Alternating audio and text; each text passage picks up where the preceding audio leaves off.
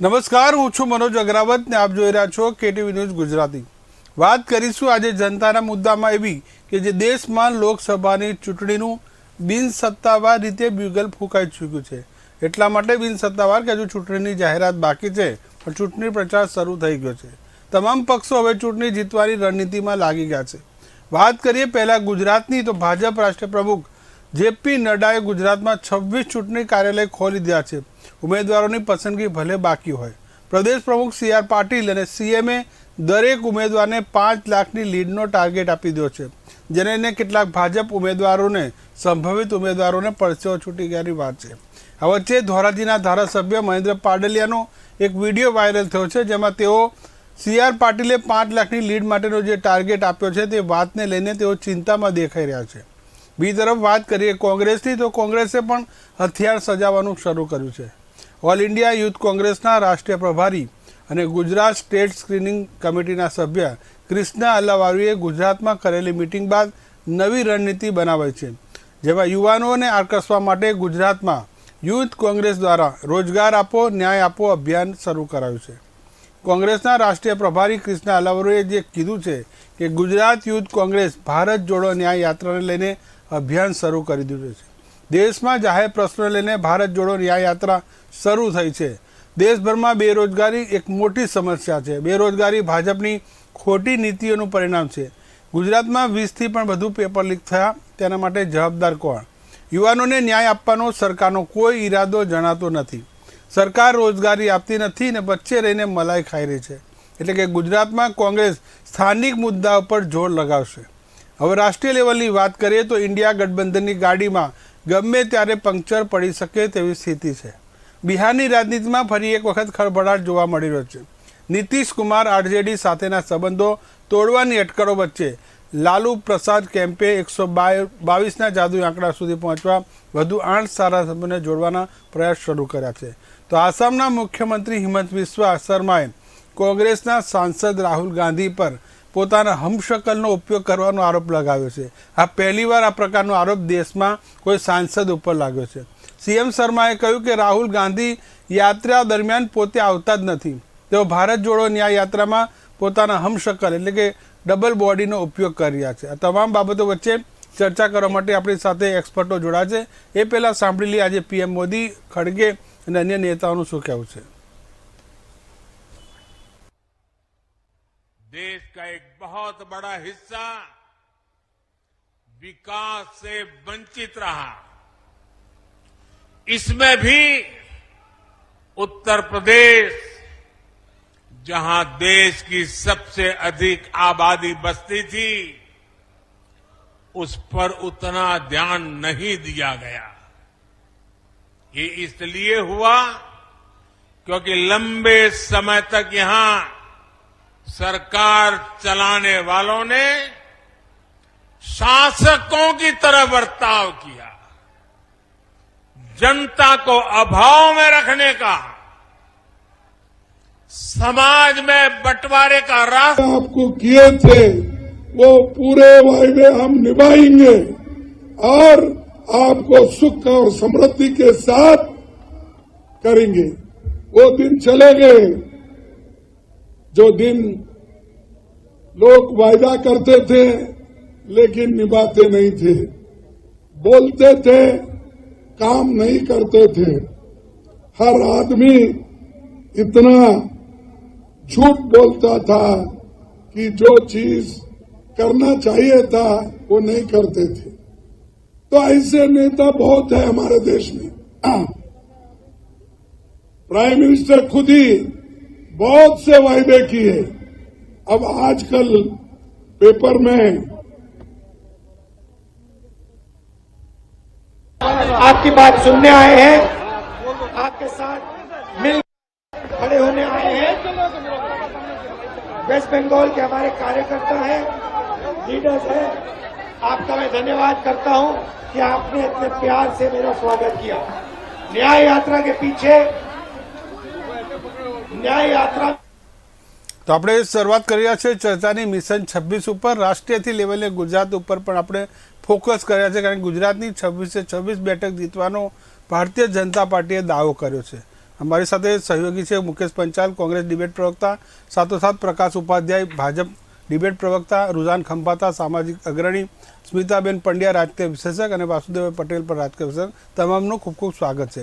શરૂઆત આપણે મુકેશભાઈથી કરીશું। મુકેશભાઈ, લોકસભાની ચૂંટણીમાં અલગ અલગ મુદ્દાઓ પર તો ચૂંટણી લડાતી જ હોય છે, પણ આ વખતે જે કોંગ્રેસની મેં વાત કરી અલ્લાવરોની કે તેમણે સ્થાનિક મુદ્દાઓ પર જોર આપવાનું નક્કી કર્યું છે।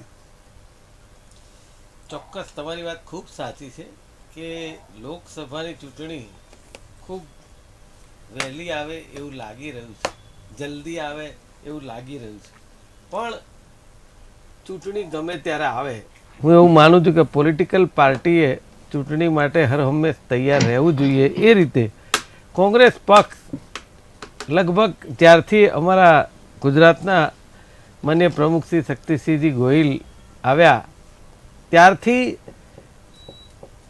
પ્રમુખશ્રી, વિરોધ પક્ષના નેતાશ્રી અને અનેક આગેવાનો આખા ગુજરાતની અંદર એક પ્રવાસ કર્યો।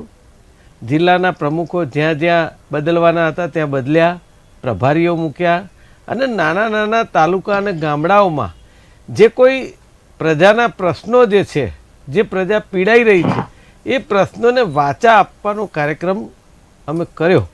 અને અત્યારે પણ જે આપણે અલ્લાવરુજીની આપણે વાત કરી, એમણે એક નવી યોજના પણ આપી, ખૂબ સારી વાત છે। પહેલાં પણ યુથ કોંગ્રેસ ખૂબ આ જ કામ કરતું એમ, એટલે અત્યારે હાલ યુથ કોંગ્રેસ કે જે રોજગાર આપો, ન્યાય આપો, આ વાત ઉપર ભાર આપી અને ખાસ કરીને ગુજરાતમાં, એટલા માટે કે ગુજરાતમાં આજે પણ ભલે આપણે વિશ્વના ભગવાન રામને આપણે સૌ ભજીએ, એમાં કોઈ વાંધો નથી, પરંતુ સાથે સાથે યુવાનોને રોજગારીની જરૂર છે કે નહીં એ પણ અગત્યની વાત છે।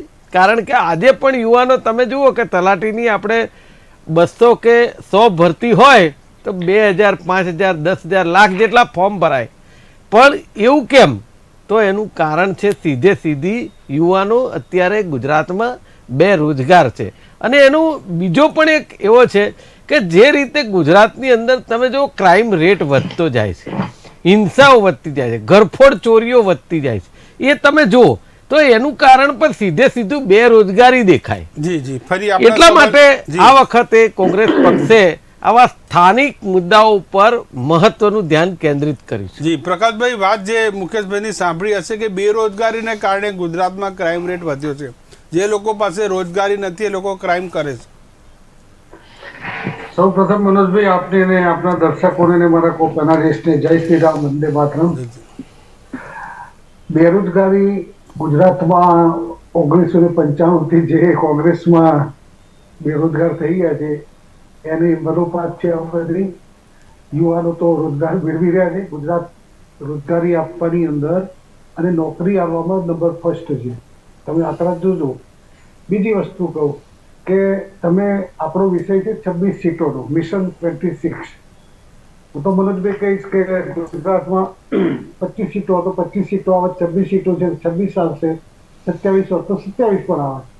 કારણ કે આ મોદી સાહેબ અને અમિત શાહનું હોમ ગ્રાઉન્ડ છે। 1995 થી કોઈ પણ જાતના એન્ટી ઇન્કમ્બન્સી સિવાય ગુજરાતમાં પણ ભાજપનું શાસન ચાલી રહ્યું છે અને સામાજિક ન્યાય અને શું કહેવાય કાયદો વ્યવસ્થા, સુરક્ષા એ બધાની વચ્ચે ગુજરાત અડીખમ રહેલું છે।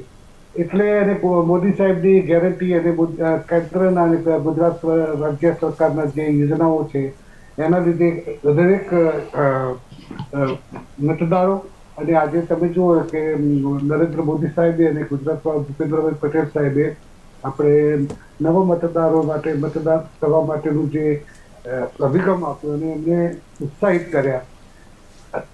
ટીનેજમાંથી હવે લોકો નવા મતદારો જે આવ્યા અને એટલે તમને પ્રકાશભાઈ વાત એટલા માટે કે તમને સ્થાનિક મુદ્દાઓની કોઈ ચિંતા ભારતીય જનતા પાર્ટીને નથી, એમ માનો છો? સ્થાનિક મુદ્દા કીધી ને, સ્થાનિક મુદ્દા કયા સ્થાનિક મુદ્દા? બેરોજગારીનો મુદ્દો જે સૌથી મોટો, બેરોજગારી કોંગ્રેસ જે યાત્રા શરૂ કરી છે રોજગાર આપો યાત્રાની, એ તો છેલ્લા 10 વર્ષથી દરેક રાજ્યોમાં જાત્રાઓ કરતા હોય છે, ન્યાય યાત્રા કરે, અન્યાય યાત્રા કરે।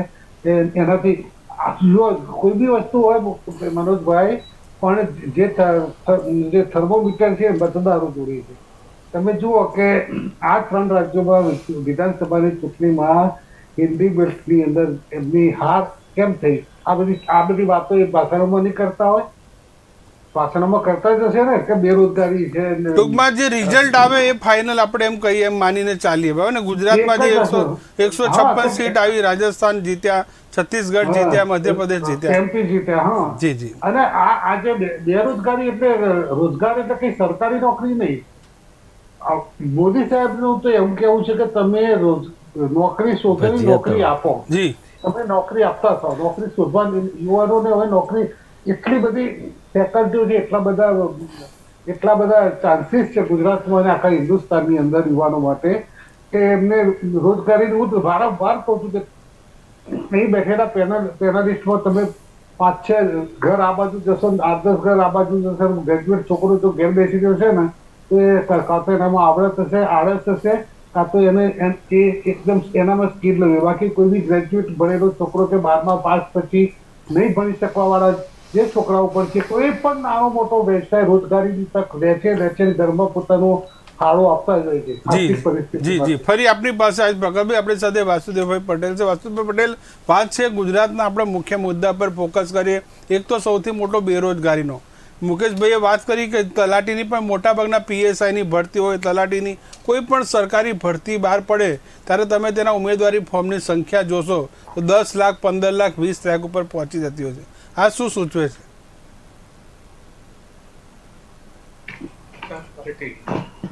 પ્રવક્તાઓ, નેતાઓ બેરોજગારી છે એવું માનતા જ નથી.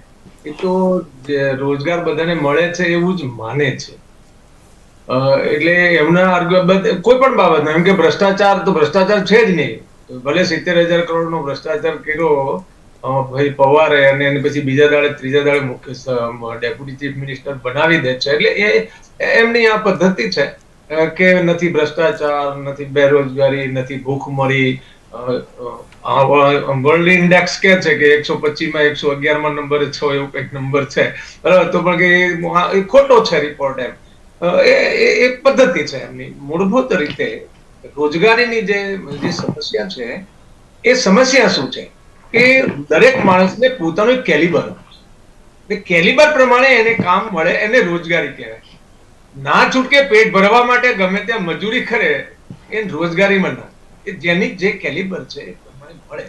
અને બીજું એવું કે સરકારી ભરતીમાં 40-50% હમણાં એમને કીધું ને, સેક્રેટરીએ કીધું ગુજરાત સરકારના કે આટલી જગ્યાઓ તો પદ ખાલી છે. 10 લાખ કેન્દ્રમાં ખાલી છે, કોઈ બધી જગ્યાએ રેલવેમાં 10 લાખ જગ્યાઓ ખાલી છે, લાખોની સંખ્યામાં. એટલે કુલ મળીને એમને રોજગારી જે રૂટીનમાં જે સરકારી અથવા તો રેલવે વગેરેની આ બધામાં ક્યાંક ને ક્યાંક સિસ્ટમ ગમે તે કારણ, પેપરો ફૂટવાને કારણે થતું હોય કે ખબર નથી છે એને કારણે થાય છે.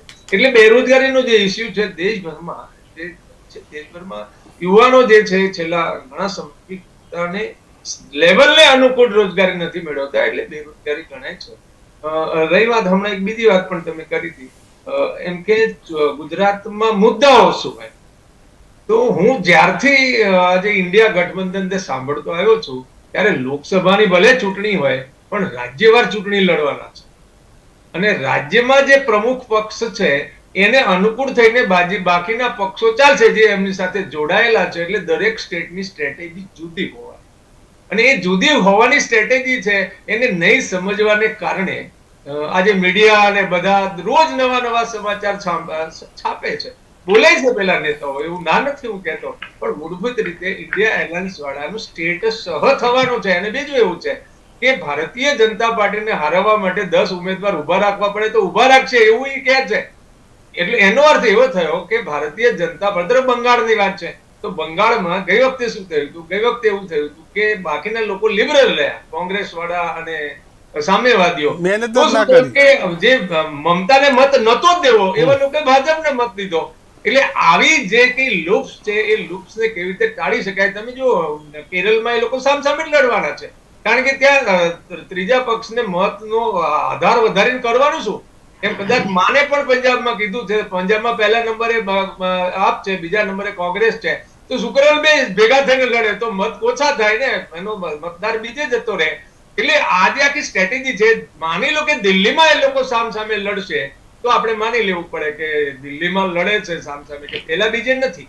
ત્યાં પહેલા બીજે છે ને ત્યાં બધી જગ્યાએ આ લોકો કદાચ સામે લડે, પણ એની સ્ટ્રેટેજી સ્ટેટ પ્રમાણે થવાની જી, એટલે ઘણું બધું અઘરું ગણિત છે, પણ આ ગણિત પાર પડે તો કદાચ આ ઇન્ડિયા ગઠબંધન પારમાં એવું છે ભાઈ, આમાં છે ને આપણે ગુજરાતીમાં કહેવાય છે ભે ફૂટી છે. આમાં આ બધાને જે પરેશાની છે, જે એજન્સીઓ આ બધાને જે ડરાવી રહી છે, જેલમાં પૂરી રહી છે, તે પડી રહી છે રેડો, એ પ્રમાણે બધા પરેશાન છે. અને એના જે ભારતીય જનતા પાર્ટી તકલીફ ક્યાં થઈ કે એના પોતાના જે સાથીદારો હતા, એવી અકાલી દળ છે, પછી મહારાષ્ટ્રમાં શિવસેના છે, બરાબર, અહીંયા નીતિશ કુમાર છે, આ બધાને જે ખરાબ અનુભવો થયા છે અને જે ભારતીય જનતા પાર્ટીની જે સ્ટ્રેટેજી છે એ સ્વાભાવિક રીતે ભારતીય જનતા પાર્ટી સ્થાનીય પક્ષોને ગળી જાય છે. એટલે સૌથી પહેલું છે ને આ ઓરિસ્સા વાળાએ નક્કી કર્યું હતું. ઓરિસ્સા વાળો સૌથી પહેલેથી એને હાથ ઊંચા કરી દીધા, કારણ ખબર હતી કે જો આમાં આપણે આવી જઈશું ટ્રેકમાં તો ભાજપ છે ને એ બહુ જ મોટું સંગઠન છે, એની સાથે એના માતૃ સંગઠનો છે, બાકીના સંગઠનો છે. એટલે એની જે કેપેબિલિટી છે કે એક વખત જો એ સામેના માણસની સાથે આવી ગયો ને જો ગળાઈ ગયો તો એ પૂરેપૂરો કરી જાય છે. એટલે આ સ્થાનીય પક્ષો છે, જે પ્રાંતીય પક્ષો છે, એ લોકોને આ ડર છે. બીજો ડર એજન્સીઓનો આવ્યો. એટલે એ લોકોને તો અત્યારે સ્થિતિ એવી છે કે પેલા કોઠીમાંથી કાઢે એમ કે ને એના જેવી સ્થિતિ છે. એટલે એમને સાહેબ જેને કહેવાય ને કે સંપૂર્ણ શ્રેષ્ઠ સૃષ્ટિમાં છે ને એ એપ્લાય અત્યારે ભારતીય જનતા પાર્ટી માટે કરશે એવું મારું માનવું છે. આગળ જતા શું થશે મને ખબર નથી. કારણ શું છે કે રાજનીતિમાં અસ્તિત્વનું જ મહત્વ હોય છે. અને આજે અસ્તિત્વ જ મટી જશે તો કોઈ જીવતા જ નથી રહેવાતું. તો આ જીવતાનો કાલે હશે, જોયું જીવતા એ છે કે પીએમ સાહેબે વારંવાર કહી રહ્યા છે કે ભારત ત્રીજી મહાસત્તા બનીને રહેશે.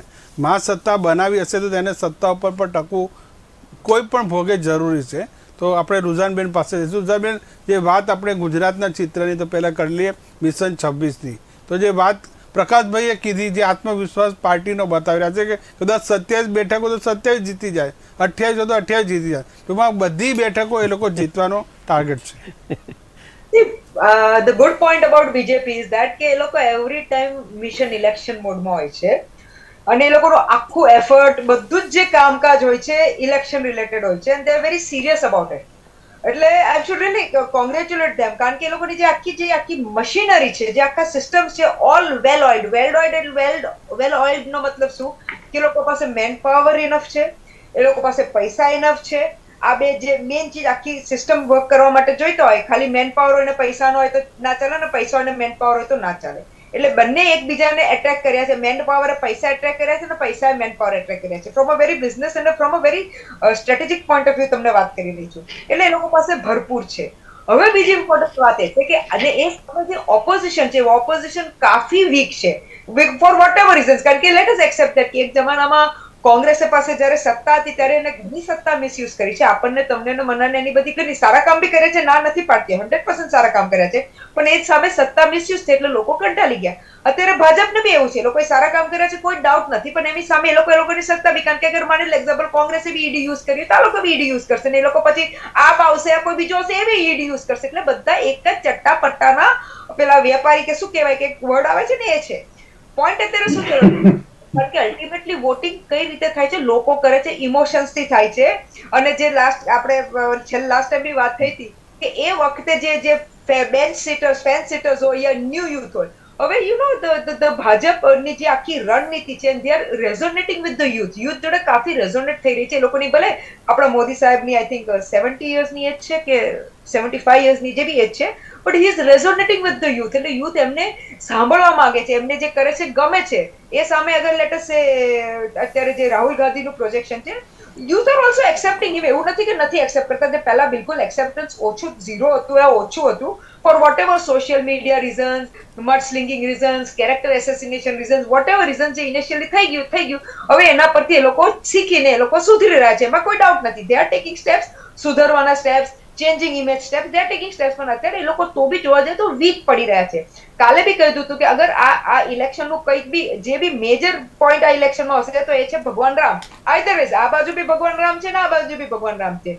અત્યારે તમને કહેવાનો હેતુ એ છે કે બેઝિક તમારું જે મેઇન કે અત્યારે જે 26 સીટો છે, I could really appreciate whatever reason, સામ દામ દન ભેડ, એ લોકોમાં બધા જે ભરતી, તમે જે કહો તો ભરતી ચાલી રહી છે, એ ભરતી કરાઈ રહ્યા છે. એટલે જે લોકોના સો કોલ્ડ કદ્દાવર નેતા છે, કોંગ્રેસની વાત કરું છું, સો કોલ્ડ જે કદ્દાવર નેતા છે, બધા જ વીક પડી રહ્યા છે ફોર રીઝન્સ, ઇમ્પોર્ટન્ટ રીઝન કે છેલ્લા 20 કે 25 વર્ષથી અહીંયા નામો નિશાન નથી એ લોકોનું. ભલે તમે તમારા પેલા યુનિટ હેડ ચેન્જ કરો, પાછા ગોલ ગોલ ફરીને એકના એક લાવો, પણ there is no life within them. મારા જે મિત્રો છે કોંગ્રેસના, જે કાર્યકર્તાઓ કહેવાય, એટલે કાર્યકર્તા લોકો નથી કહેતા, કારણ કે એમ તો બધા સોશિયલ મીડિયા વોરિયર્સ છે, તો અલ્ટિમેટલી એ રીતે તો ઇલેક્શનો જીતવાના જ નથી, પહેલાથી ખબર છે. અને એ લોકોનું જે સ્ટ્રોંગ ફૂટહોલ્ડ જે રૂરલમાં હતું, એ બી હવે વીક પડતું જાય છે. એટલે Congress has to wake up to the whole thing, અને they are not being able to control the leaders. See, leadership કોની સારી હોય જ્યારે એના બીજા સો કોલ્ડ લીડર્સને કંટ્રોલ કરી શકે. અત્યારે તો કોંગ્રેસમાં બધાને લાગે છે કે હું જ કોંગ્રેસ ચલાવું છું, અને જ્યારે પેલું સામ દામ દંડભેદ થઈ જાય છે ત્યારે પેલો વિચાર કે ચામાં અમે કશી જાન નથી, તો અમે બીજે ફરવા જઈએ. અને ઘણીવાર તે લોકોને મજબૂરીમાં ફરવા જવું પડે છે કે ભાઈ ચલો ને, એ લોકો સામે જે બધા એ લોકો જે પેલા શું કહેવાય પોતાના કાર્ય કર્યા હોય ને ક્યાંક ફસાયા હોય, તો કે ચલો ઈઝી પડે, જેમ અત્યારે વાસુદેવભાઈ ના કહું કે એવા એક્ઝામ્પલ, એક હાર્દિક એક્ઝામ્પલ જોશે. હવે આઈ થિંક અત્યારે થોડા દિવસ પહેલા ન્યૂઝ આવ્યા કે હવે બધું શું બરી થઈ ગયા, બેઇજ્જત ની, સોરી લોન્ડ્રી છે, લોન્ડ્રીમાં જે પણ બાઇજ્જત બરી થઈ ગયા. જી, ફરી આપણી પાસે આવીશ આપણે રુઝાનબેન. આપણે સ્મિતાબેનને સાંભળે.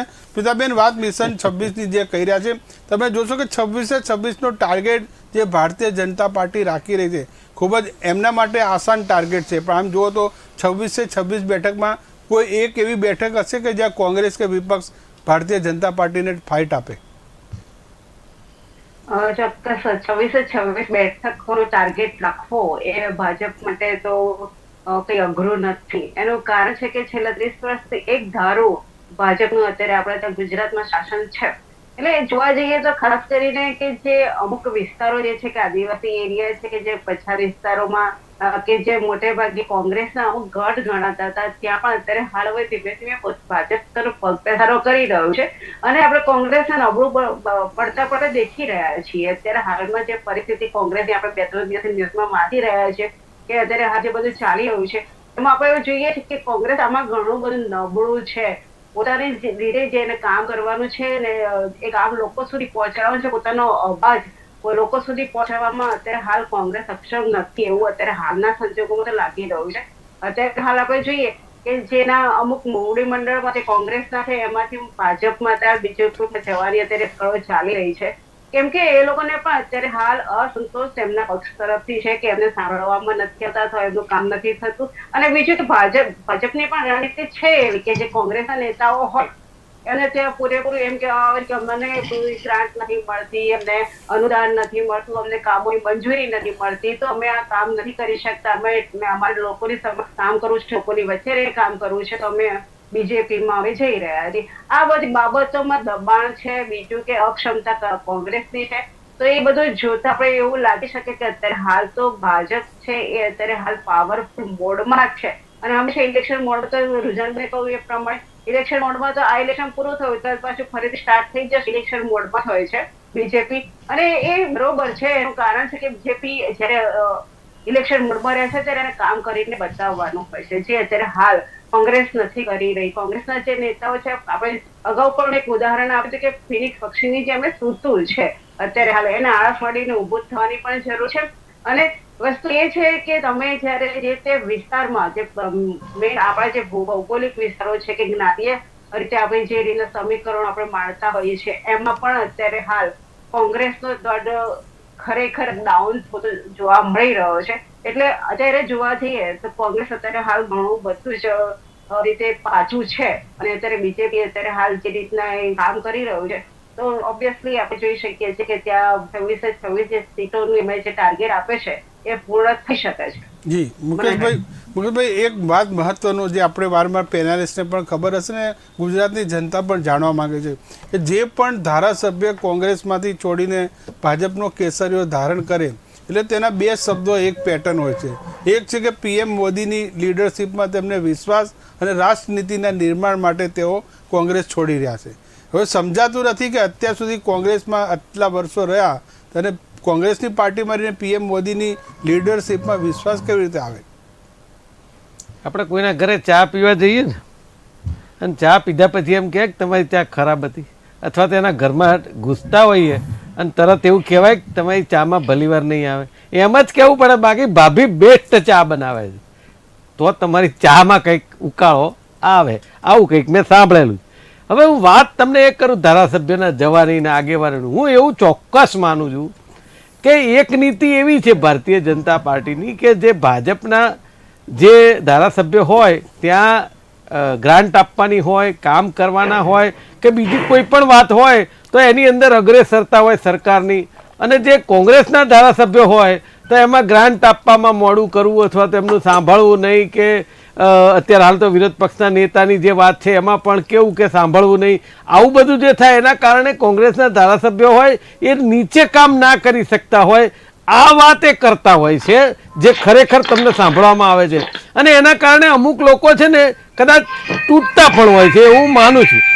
અને એક વાત નક્કી એવી છે કે હું એવું માનું છું કે કોઈ આગેવાનો મને એમ થાય છે પાર્ટી છોડીને જાય એટલે શું 17 ધારાસભ્ય જે હતા એ જે વિચારધારાના મત હતા અને મતદારો હતા એ તું આગેવાનના હિસાબે બદલાઈ જાય એવું હું ક્યાંય માનતો નથી. એ આગેવાનની ભૂલ છે ને, આગેવાન કદાચ પણ એટલા માંગે કે ગઈ વખતની પેટા ચૂંટણીમાં તમે 8 ધારાસભ્યો જે લડેલા કોંગ્રેસ ભાજપમાં આવ્યા હતા અને તમામ જીતી ગયા, પાર્ટી બદલી છતાં મતદાર હારી પણ ગયેલા છે. એ વાત જીતી ગયા હશે એ તો સરકાર હોય અને બાય ઇલેક્શન હોય એટલે સામ દામ દંડ ભેદની નીતિથી એ પેટા ચૂંટણી લડાતી હોય છે. એમાં બધાને ખબર છે કે લગભગ સરકારમાં કોઈ હારે નહીં, પણ હારેલા પણ છે એવા વખતે, એટલે એવા પણ દાખલા છે. એટલે એવું નથી, પણ હું એક તમને મુદ્દાની વાત કરવા માંગુ છું. મને એવું થાય કે મતદારોને આપણે બિલકુલ પેલા એ સમજીએ છીએ કે લોકો કંઈ સમજે જ નહીં અને ખાલી વાતો જ આપણા લોકલાડીલા પ્રધાનમંત્રી કહે એટલે વાતો માનીને મત આપી દે. મને એવું થાય છે કે આજે જે મુદ્દાઓની વાત કરીએ છીએ તો હું તમને સેન્ટ્રલના મુદ્દાની વાત કરું તો જે રીતે ભારતીય જનતા પાર્ટીની સરકારે ઈડી, આઈટી અને સીબીઆઈનો દુરુપયોગ કર્યો છે, શું એ ભારત દેશની જનતા ભૂલી જશે? બીજી વાત કહું પણ આ જનતા પર ઈડી ને ક્યાં લાગે છે? સીધું લાગે ના મનોજભાઈ, મને તમે કોઈ પબ્લિક પાછળ ઈડી કે સીબીઆઈ એવું નથી, બધા નેતા પાછળ જ છૂટ્યા છે. ના એવું નથી. જે રીતે ઇન્કમ ટેક્સ ની રેડો પડે છે, જેને કહેવાય ને કે ઇન્કમ ટેક્સ ની રેડો તમે કયા ભારતીય જનતા પાર્ટીના નેતાના ઘરે પડી, કયા ભારતીય જનતા પાર્ટીના નેતા સંસદ સભ્ય કે એને ત્યાં ઈડી ગઈ? ના જાય સાહેબ, એનું કારણ છે નહીં તો ભરપૂર વસ્તુ મળે. તમે જો વિરોધ પક્ષ હોય અથવા કોઈ મોટા વેપારીઓ હોય કે જે એમનું કયું ના માન્યું હોય એવા લોકોને ત્યાં જ જાય છે, અને એ અંદરથી રોષ છે. જે આજે પણ ગુજરાતની અંદર ને અમદાવાદમાં વેપારીઓ જે અંદર ખાને બોલે છે, બિચારાને ધંધો કરવો છે, ક્યાંથી બજારમાં આવે, પણ ચૂંટણીમાં જવાબ આપશે. બીજી વાત તમને કહું કે જે રીતે તમે જે વાત કરીએ છીએ અમે, તમે એમ કહો કે મતદારોને શું, જે રીતે રાહુલજીનું સંસદ પદ હતું એ લઈ લેવાની વાત જે હતી 24 કલાક નહોતા થવા દીધા, તો શું એ ફોલોઅર્સ કે મતદારોને ધ્યાનમાં ના આવે? બધું જ ધ્યાનમાં હોય. બીજી વાત કરું અગત્યની કે આપણા લોકલાડીલા પ્રધાનમંત્રી અને આ બાબા રામદેવ કેજરીવાલજી જે અત્યારે અમારા ગઠબંધનમાં છે અને પેલા બેન સ્મૃતિબેન ઈરાની, આ બધા દેશવ્યાપી આંદોલન કરી અન્ના હજારેજી સાથે અને 50 રૂપિયા પેટ્રોલ ને 400 રૂપિયા બાટલો આપવાની વાત કરી હતી. એ આજ સુધી કોઈ જગ્યાએ મોદીજીએ કર્યું નથી, અને એટલા માટે પાછી મોદીજી કી ગેરંટી લાયા તો મને એમ લાગે છે કે 2014માં આપેલી ગેરંટી અત્યાર સુધી થઈ નથી અને હવે બીજી ગેરંટી આપો તો લોકો કઈ રીતે સ્વીકારે? એટલે એ ના ચાલે. બીજી વાત કે આદિવાસી વિસ્તારોની જે વાત થાય છે ને, તમે સમજો આદિવાસી વિસ્તારોમાં અત્યારે હાલ જે યોજનાઓ લાગુ કરી છે ને એ યોજનાઓમાં ભ્રષ્ટાચાર છે. એ નળ સે જળ યોજના હોય કે બીજી કોઈ પણ વિકાસ યોજના, એમાં ભ્રષ્ટાચાર ખૂબ છે ને બહાર આવ્યા છે, પણ એને એન કેન પ્રકારે દબાવી દેવાની કોશિશ કરી છે. બાકી હું સોશિયલ મીડિયા ઉપર ને ગ્રુપમાં ડેલી મૂકું છું જે આવે છે ભ્રષ્ટાચાર. અને વાત કરું ગુજરાતની તો હું એમ કહું છું કે ગુજરાતની અંદર શું પ્રજા તક્ષશિલા દુર્ઘટના જે સુરતની થઈ 22 જણા મરી ગયા, મોરબી બ્રિજની દુર્ઘટના થઈ, 55 બાળકો અને 135 મોત થયા. રંઘોળા અકસ્માતમાં 36 મોત થયા. વિવિધ લઠ્ઠાકાંડમાં 100 મૃત્યુ થયા. કાંકરિયા રાઈડ દુર્ઘટનામાં 2 બાળકો મરી ગયા અને 20 જેટલા ઘાયલ થયા. પછી ભરૂચ હોસ્પિટલની આગમાં 18 જણા મોત થયા. શ્રેય હોસ્પિટલ અગ્નિકાંડમાં 8 મોત થયા. ઉદય હોસ્પિટલ અગ્નિકાંડમાં 6 મોત થયા. અમદાવાદ સુરત રાજકોટ બીઆરટીએસ અકસ્માતમાં 70 થી વધારે મૃત્યુ થયા. અમદાવાદ સુરત રાજકોટ ની અંદર રખડતા ઢોર અને અકસ્માતમાં 100 જણના મૃત્યુ થયા અને વડોદરા દુર્ઘટના જે છેલ્લે થઈ એમાં 16 જણના મૃત્યુ થયા. તો મને એમ લાગે છે ગુજરાતની જનતા એના જે કારણો છે એ કઈ રીતે થાય છે એ કશું જોશે જ નહીં, બસ જય શ્રી રામ કરીને મત આપી દેશે. મને વાત એક જ છે કે મતદારો છે એને મુદ્દા સાથે શું કંઈ લેવા દેવા જ નથી. એને એના દીકરાને રોજગારી ન મળતી હોય તો એની જોડે કંઈ લેવા દેવા જ નથી. શું રેવન્યુની અંદર આજે તમે એક એન્ટ્રી પડાવવા જાઓ તો 50,000 લાખ 2 લાખ લીધા સિવાય કોઈ એન્ટ્રી તલાટી નથી પાડતા? શું એની સાથે કોઈ લેવા દેવા જ નથી? આજે તમે કોઈ રેશન કાર્ડ કઢાવવા જાઓ સીધું નીકળતું નથી. કમિશન એજન્ટના દલાલો ફરતા હોય છે, એના થ્રુ જાઓ તો તમને તરત બધા રિઝલ્ટ મળી જાય.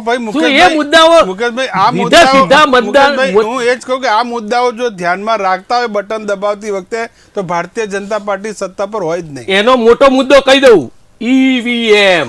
આ તમને કહી દઉં, દરેક લોકો આજે એ કહી રહ્યા છે, હમણાં જે વાત કરી ને 4 દિવસ પહેલા કે અમે 5 લાખ મતોથી જીતીશું. સાહેબ મને તમે નહીં માનો, 50 જણા આપણે તો રોજબરોજ મળતા હોઈએ કે મને એમ કે મુકેશભાઈ હજી આ મતદાન નથી થયું, ચૂંટણી નથી થઈ, તારીખ જાહેર નથી થઈ અને આ મતદારોએ મત નથી આપ્યા, 5 લાખ મત ગણે છે કેવી રીતે આ લોકો કે?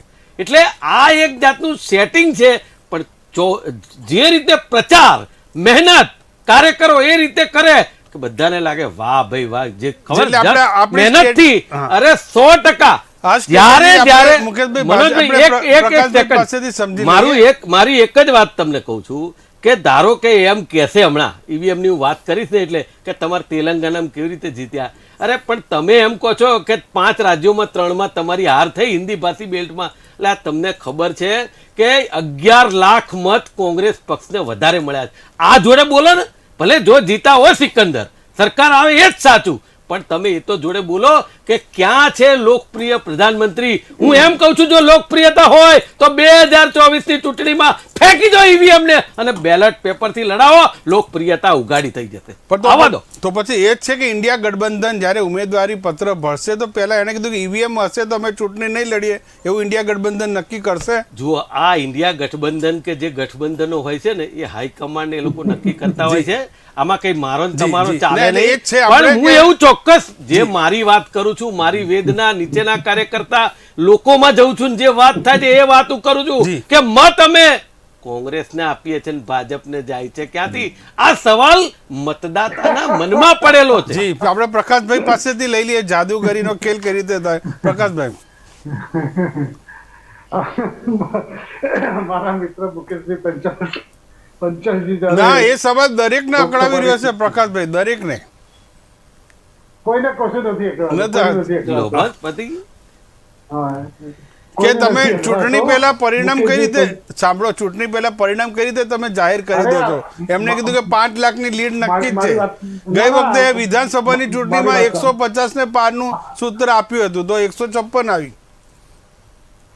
મારી વાતો સાંભળો. જી હવે હું બોલું વચ્ચે ના બોલતા કરતા. જયારે ભારતની ક્રિકેટ ટીમ હોય ને કોઈ મજબૂત ટીમ જોડે રમવા જાય ને તો એ કઈ આજે 400 500 450 રન કરીશું તો જ આપણે જીતીશું. બરોબર, આપણે ફોલો થવાનું નથી. આ લોકો બધા ફોલોઅર વાળા છે, ફોલોઅર વાળા નથી.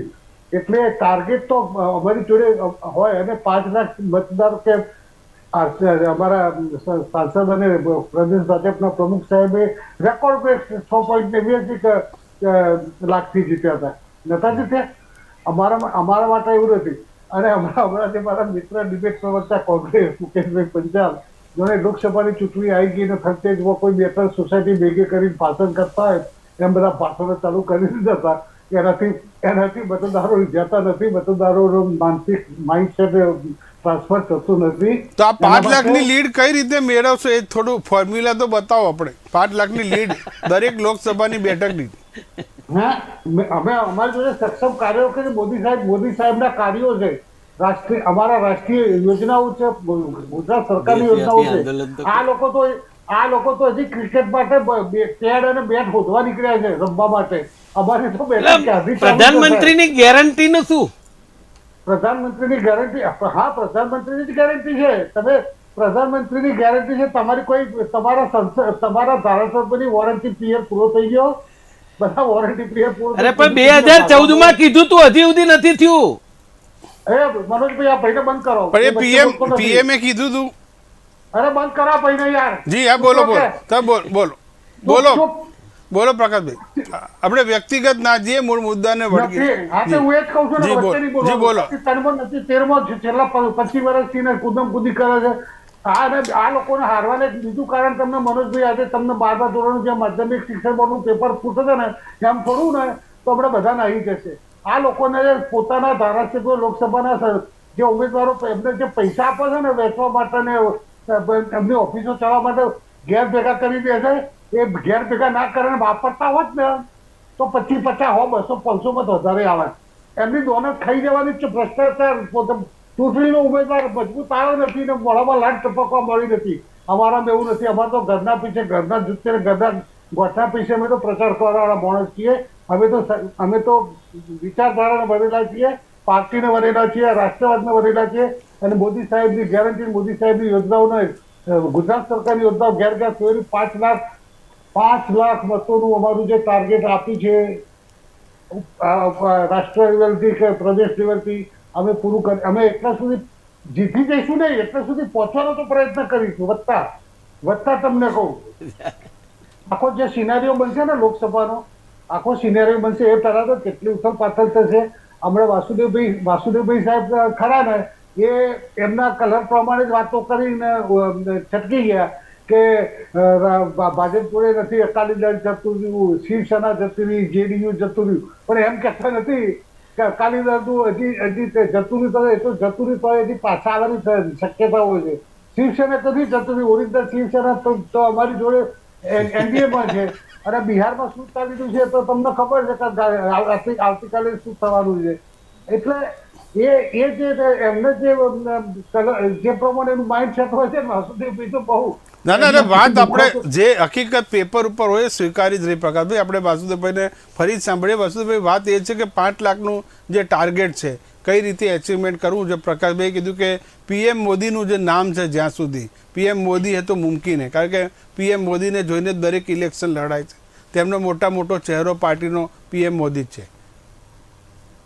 એવું છે કે હું અને તમે, મીડિયા, પાર્ટીઓ, નેતાઓ એવું માને છે કે ચૂંટણીઓ છે પક્ષો લડે છે, ચૂંટણી છે યુદ્ધ છે, અને નાગરિકોની ભૂમિકા છે સૈનિકની છે. લડે છે સૈનિક. જે સૈનિક લડી રહ્યો છે, જે મતદાતા લડી રહ્યો છે, એને તમે નજરઅંદાજ કરી રહ્યો છો.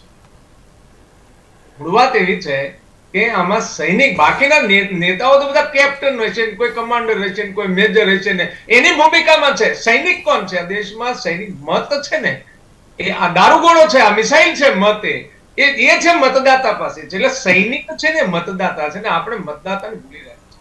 ક્યારે દેશમાં જ્યારે સત્તા પરિવર્તનો થયા છે ત્યારે કોઈ પક્ષે નથી કર્યા, મતદાતાઓએ કર્યા છે.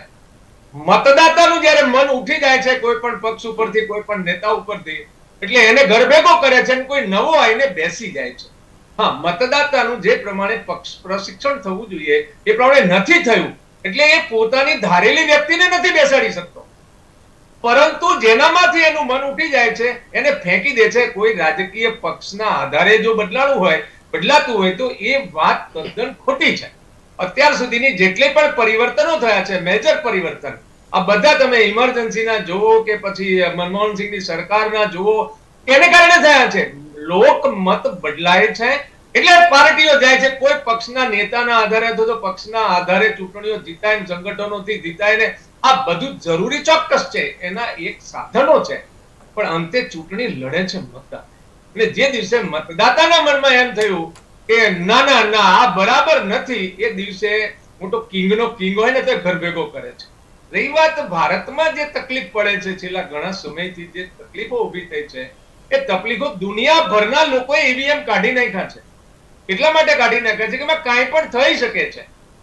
અને સુપ્રીમ કોર્ટે ઈવીએમ માં થાય એવું સ્વીકાર્યું ત્યારે તો વીવીપેટ આવ્યું, અને હવે વીવીપેટ માં થાય છે ને એક સાથે 6 લાખ વીવીપેટ ખરાબ બતાવે છે ચૂંટણી પંચનો. એટલે કુલ મળીને જે પ્રક્રિયા ચાલી રહી છે એની પણ થોડી તકલીફ છે. બાકી એ બધા ભૂલી જાઓ તમે કે કોઈ પાર્ટીનું સંગઠન કોઈ સંસાધનોથી જ ચૂંટણી લડે છે, જીતાય છે, વાતમાં માલ નથી. પણ વાસુદેવભાઈ વાત ફરી ફરે છે, વાસુદેવભાઈ વાત પરિણામો બદલાય છે ને સરકારો જાય છે. વાત આપણે ફરી ઈવીએમ ઉપર કરીએ કે જે કોંગ્રેસના મિત્ર આપણા બધા મોટા ભાગના કહી રહ્યા કે ભાજપ ઈવીએમ થી ચૂંટણી જીતે છે.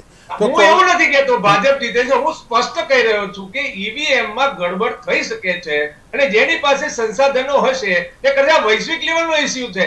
ઈવીએમ તમે અહીંયા ભારતમાં ગમે ત્યાંથી ગમે તે થઈ શકે એમ છે, એને ચિપ્સ બહાર બને છે, મશીન ક્યાંક બીજે બને છે, એની પહેલી બનાવે છે, લાખો લોકો આમાં લાગેલા છે, કોણ ક્યારે ક્યાં ફૂટે શું ખબર પડે, અને બધું આરટીઆઈ ની બહાર છે, એક પણ માહિતી મળતી નથી આપણને.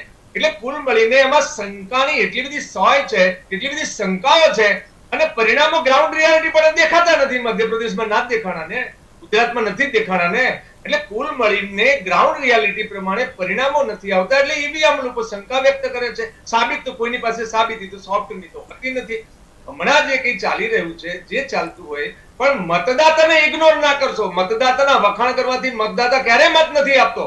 બધા બહુ કહેતા હોય છે પાર્ટીઓ વાળા કે મતદાતા અમારા માલિક છે, મતદાતા અમારા ભગવાન છે. ને મતદાતાને જે દિવસે એવું લાગે છે કે ભાઈ હવે આનું બહુ થયું, હવે આ નહીં ચાલે, એ દિવસે કાઢી મૂકે. અરે એ છે પુનરાવર્તન અને પરિવર્તન છે મતદારોના હાથમાં છે, જે આપણે ગુજરાતમાં પણ જોઈ રહ્યા છે, દેશમાં પણ જોઈ રહ્યા છે. રૂઝાનબેન પાસે જઈશું. રૂઝાનબેન, વાત ફરીથી આપણે જે ઈવીએમ ની દરેક ચૂંટણીના અંતે આ જરૂરથી મુદ્દો આવે છે વર્ષોથી, પણ ટૂંકમાં એ છે કે જે વસ્તુને અડવાથી આપણને કરંટ લાગતો હતો એ વસ્તુને અડવું જ ના જોઈએ. સૌથી પહેલા તો ઈવીએમ નો મુદ્દો જે કરી રહ્યા છે ને, મને હજી એટલે મેં લાસ્ટ ટાઈમ કહ્યું કે 2017 માં ઇલેક્શન કમિશને બોલાયા હતા બધી પાર્ટીઓને કે બધા આવો અને અમને બતાવો.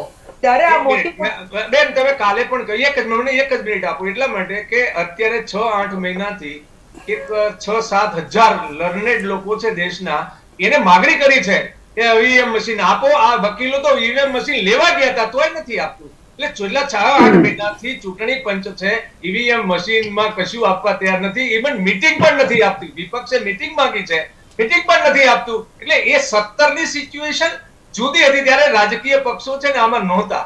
અત્યારે રાજકીય પક્ષો પણ આવ્યા છે અને લડનેડ લોકો પણ આવ્યા છે. ઈવીએમ ની પરિસ્થિતિ 17 વાળી નથી. ભાઈ તમને ત્યારે આપ બી હતું ને કોંગ્રેસ બી હતું, નહોતું ગયું. હું એગ્રી કરું છું સાહેબ, પણ ટેકનોલોજી વાળી માણસ છું, મને ખબર છે ઈવીએમ માં કેવા ચેડા થઈ શકે છે. જેને કરવા હોય એનાથી કેવા થઈ શકે, કેટલા લિમિટેશન છે.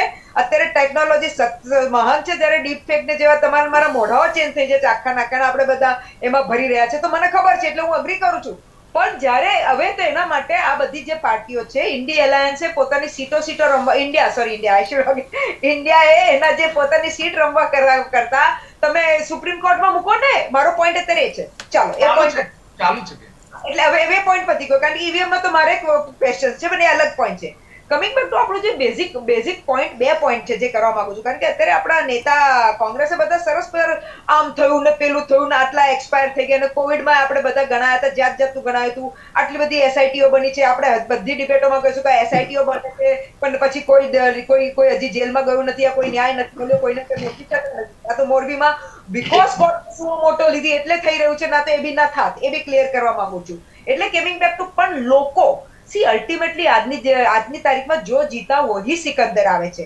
હવે તમને એક એક્ઝામ્પલ આપવા માંગુ છું, કારણ કે આપણા નેતા કોંગ્રેસે સરસ કહ્યું, પણ એમની સ્ટેટિસ્ટિક્સ ખોટી છે. એટલે મારે કહેવું પડશે કે જે છેલ્લી અત્યારે પેલી 4 ચૂંટણી થઈ તેલંગાના ને જે પેલી હિન્દી બેલ્ટ વાળી, ત્યારે કહે છે કે કોંગ્રેસને 11 લાખ વધારે વોટ આવ્યા. એ ખોટી વાત છે, કારણ કે જે 3 જગ્યાએ જે ચૂંટણી થઈ એ કોંગ્રેસ ને ભાજપનું ડાયરેક્ટ ફાઇટ હતી ને એમાં કોંગ્રેસને 50 લાખ ઓછા વોટ આવ્યા છે. 50 લાખ ઓછા વોટ આવ્યા છે, યાદ રાખજો.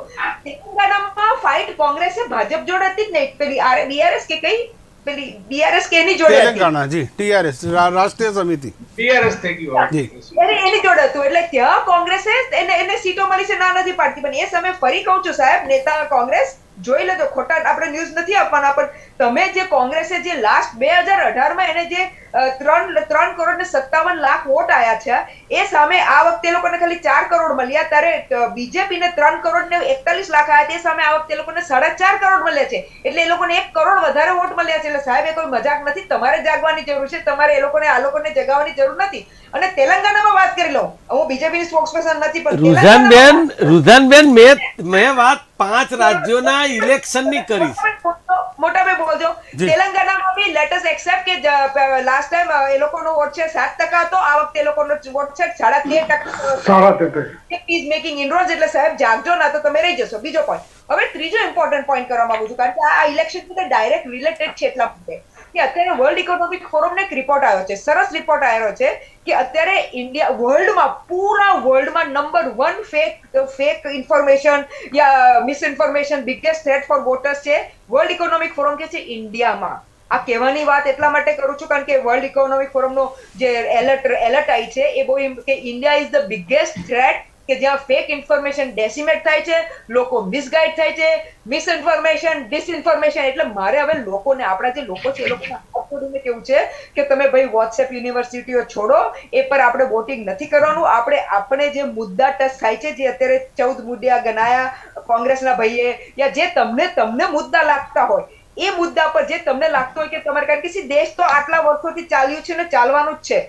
શું કે અમારા પારસી માટે કે છે કે તમારી પ્રજા ઓછી થઈ જશે, અમે કહે છે ચિંતા ન કરો, અમારી આટલા વર્ષોથી ચાલી છે ને અમે ચાલતા જ રહીશું. બરોબર છે. એમ લોકોને બહુ ક્લિયર કરવા માંગુ છું કે દેશ તો ચાલતું રહેવાનું છે, પણ આપણે અગર દેશની સુખાકારી ઈચ્છતા હોઈએ તો આપણે એવા નેતાઓને વોટ નથી આપવાના જે લોકોની જે પહેલા સાયકલ પર ફરીને અત્યારે BMW માં ફરે છે, ને આપણા છોકરાઓ દંગા ફસાદ કરીને ફસાઈ જાય છે, યા એ લોકોના છોકરાઓ ફોરેનમાં ભણે છે, ને આપણા છોકરાઓને અહીંયા દુકાનમાં એડ્યુકેશન મળે છે અને આડી અવળી એક્ટિવિટી કરે છે. એટલે લોકોએ એ યુદ્ધ જાગવાની છે ને વર્લ્ડ ઇકોનોમિક ફોરમમાં બી આ કહેવામાં આવ્યું કે ઇન્ડિયામાં બિગેસ્ટ, ત્યારે યુએસએ માં કઈ થ્રેટ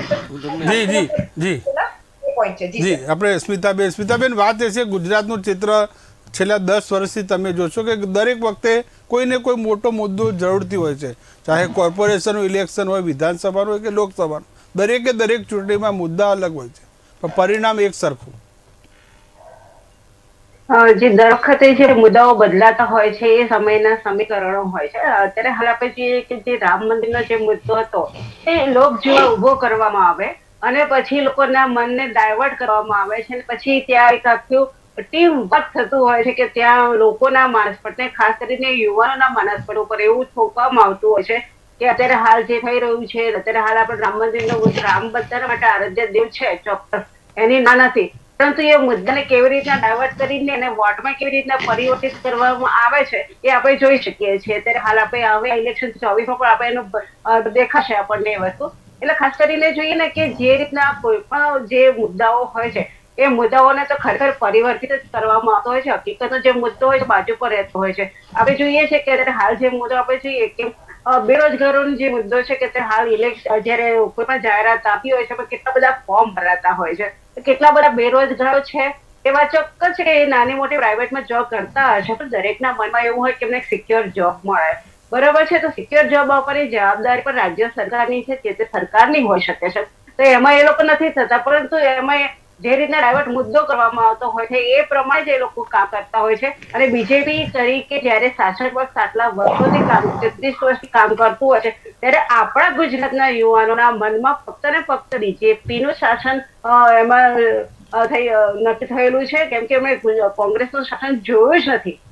બરાબર. એટલે એ મુદ્દાઓ જે છે એ મુદ્દાઓ એ લોકોને અસર કરતા પણ નથી. એ લોકો જોયે છે કે અમે તો રોડ રસ્તાઓ જોઈએ છે, અમે તો આ જોઈએ, પણ બીજા અંદરના ખાનેના જે મુદ્દાઓ છે કે જે બેરોજગારીનો મુદ્દો છે, કોઈ હેલ્થના મુદ્દાઓ છે કે કોઈ પણ એવું મુદ્દાઓ કોંગ્રેસે જરૂરથી ઉપાડ્યા છે, મોટા આંદોલન પણ કર્યા છે. મુકેશભાઈ, ગાંધીનગરના ઘેરાવના કાર્યક્રમ કર્યા છે, ન્યાયયાત્રા કરી છે, એમાં બેરોજગારનો મુદ્દો એમણે પણ લોકોનો જોઈએ એટલો સપોર્ટ, અસર કેટલી થાય છે જોવાની છે. લોકોનો જોઈએ એટલો સપોર્ટ પાર્ટીને નથી મળતો એવું માનો છો તમે? જો એક વસ્તુ છે કે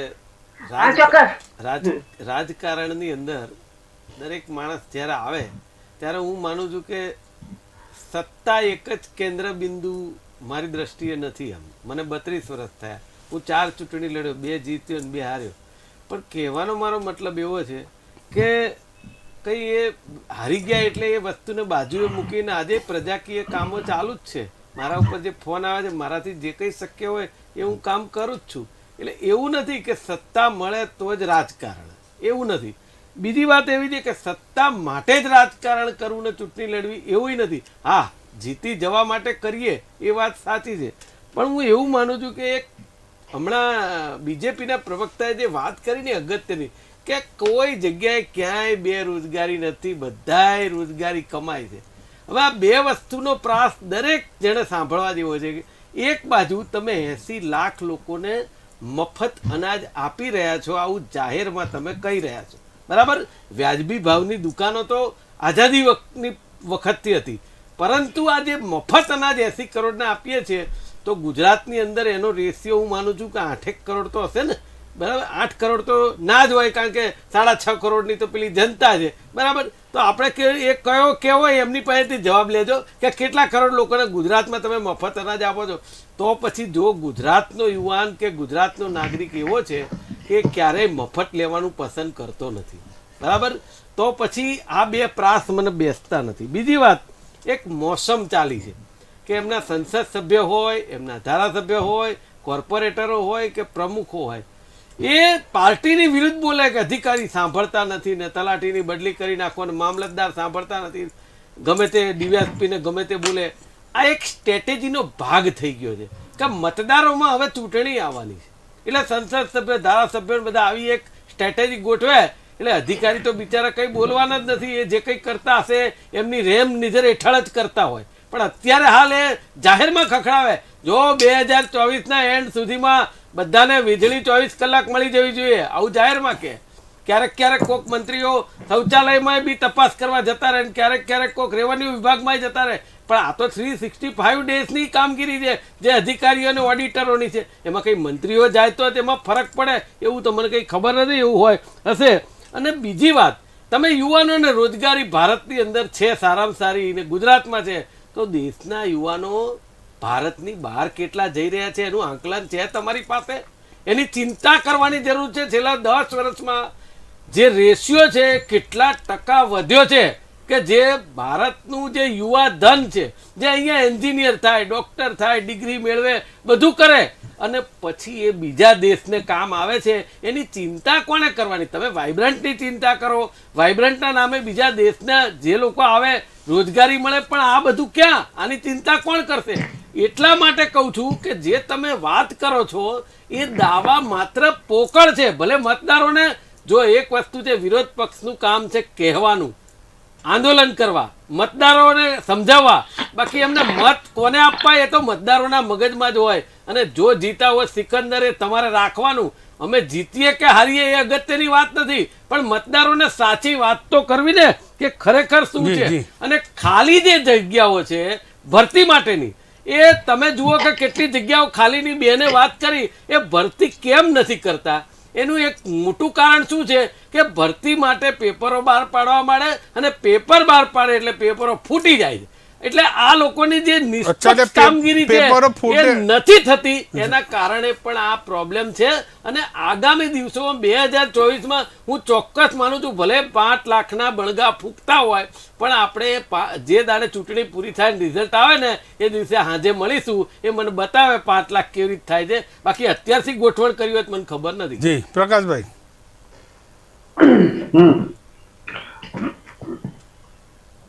તમને એક વાત કરું. અમને કીધું કે વિદેશમાં કેમ યુવા ધન જાય છે, ભણેલા ગણેલા છોકરાઓ, એના માટે અમે અમારું ચાલુ જ છે કે તમે ટીવીમાં જોતા હશો, જાહેરાત આવે છે કે એન્જિનિયર, મિકેનિકલ એન્જિનિયર જર્મની જવાની વાત કરે છે. જર્મન પછી એ કહે કે આપણા જર્મન વાળા જ એક કાર્ય ઉત્પાદન કરવા આવવાના છે, એટલે આપણે ભારતનું યુવા ધન, ભારતનું ટેલેન્ટ, ભારતનું સ્કિલ ભારતમાં રહ્યું છે. અમારા પ્રયાસો તો સતત ચાલુ જ છે, પણ આમાં અમુક જણાને શું હોય છે કે અમુક જે કાસ્ટ, અમુક જણા જે ખરા એમને તો વર્ષોથી જે ફોરેનમાં એમના ગયેલા હોય એ બધા એકબીજાની આગળ પકડીને લઈ જતા હોય છે કઈ, અને ત્યાં આગળ એ બધું ચાલતું હોય છે. બીજી વસ્તુ કહું કે ચૂંટણી જીતવાની વસ્તુ છે, તો ચૂંટણીમાં તો શું છે કે જે આ જે એમનું ગઠબંધન, ઇન્ડી ગઠબંધન બંગાળમાં આવે છે, જેમ પેલો વિવાદ પર ઢાંચો તોડી નાખ્યો ને એમ એમનો આ ઇન્ડી ગઠબંધનનો ઢાંચો તૂટું થઈ રહ્યો છે. એમને એમ છે કે ગુજરાતમાં તો ક્યાં આવવાનું છે, ઇન્ડીમાં તો ભાજપ ને કોંગ્રેસ જ છે, પરંતુ એની અસર તો થાય નથી. 500 કિલોમીટરે ભૂકંપ આવે પણ એની અસર અહીં પણ થાય અને લોકો ગુજરાતની જનતા લાગે કે એમની પોતાની મોટા ઉપાડી લઈને નીકળ્યા હતા ગઠબંધન કરવા. મમતા બેનર્જી હોય કે નીતિશ કુમાર હોય કે કેજરીવાલ હોય કે અખિલેશ હોય, તો એ ગઠબંધન કરવા વાળા હાથ છોડવા તૈયાર થઈ ગયા છે કોંગ્રેસનો. તો આપણે ગુજરાતમાં કોણ એમનો હાથ પકડવા તૈયાર રહેશે? એટલે અમારી તો 26 સીટો આવશે અને 5 લાખનો અમારું જે ટાર્ગેટ છે કરીશું. અને આજે માતાજીની પૂનમના સૌ કોઈને જય માતાજી. જી જો મનોજભાઈ એક વાત કહી દઉં કે એ જે વાત કરી રહ્યા ને 5 લાખ મતોની, એ તો જાણે પૂરી નથી થવાની. અને બીજી વાત અમે કોશિશ કરીશું. ના હમણાં તમે બોલ્યા કે એ તો નક્કી જ છે ને જીતવાના છીએ. આ તો મેં 26 જીતવાના. 26 અરે ભાઈ તમે તો 27 જીતી રાખો, એક વધારીએ દો.